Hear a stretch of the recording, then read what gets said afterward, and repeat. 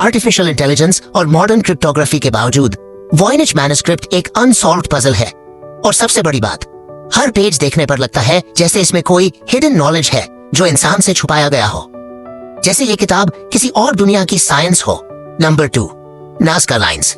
सोचो, एक ऐसा रेगिस्तान जहां मिट्टी और पत्थर के बीच जमीन पर खींचे गए लकीरों से इतने बड़े बड़े डिजाइन बने हैं कि उन्हें सिर्फ आसमान से ही देखा जा सकता है। ये है नाज़का लाइंस जो पेरू के नाज़का डेजर्ट में पाए गए हैं। जमीन पर चलने वाले इंसान को ये लाइंस बस रैंडम और अजीब सी खुदाई लगती हैं। लेकिन जब 1930 के आसपास पहली बार एयरप्लेन्स ने नाज़का के रेगिस्तान के ऊपर से उड़ान भरी तो उन्होंने एक हैरतअंगेज खुलासा किया। वहां पूरे डेजर्ट में 300 से ज्यादा ज्योमेट्रिकल शेप्स, एनिमल्स और मिस्टीरियस फिगर्स बने हुए थे। सोचो, किसी ने एक इंसान की शक्ल, एक मंकी, एक जायंट हमिंगबर्ड और एक स्पाइडर रेगिस्तान की जमीन पर खींच दिए, और वो भी इतने बड़े स्केल पर कि उन्हें सिर्फ आसमान से ही समझा जा सकता है। ये लाइंस नाज़का सिविलाइजेशन 200 BCE से 600 CE के लोगों ने बनाई थी।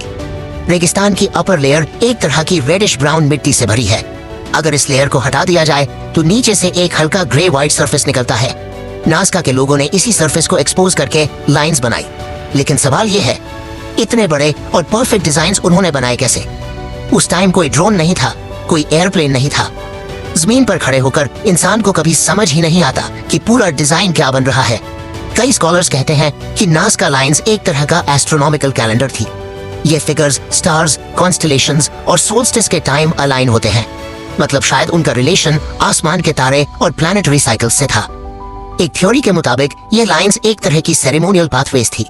मतलब लोग इन पर चलकर रिचुअल्स करते थे, शायद पानी के लिए प्रेयर्स, क्योंकि नाज़का एक बहुत सूखा एरिया है। सबसे पॉपुलर और थ्रिल वाली थ्योरी ये है कि ये लाइंस किसी एलियन सिविलाइजेशन के लिए बनाई गई थी, एक तरह के लैंडिंग मार्क्स जिससे वो आसमान से आइडेंटिफाई कर सके।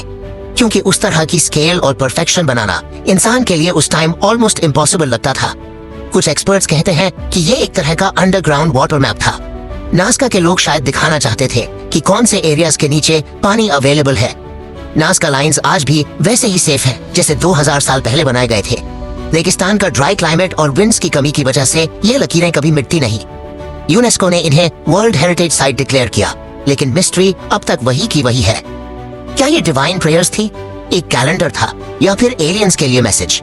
सोचो, एक पूरा सिविलाइजेशन ऐसे डिजाइन्स बनाता है जो खुद जमीन से कभी देख ही नहीं सकता। मतलब उन्होंने ये किसके लिए बनाया था?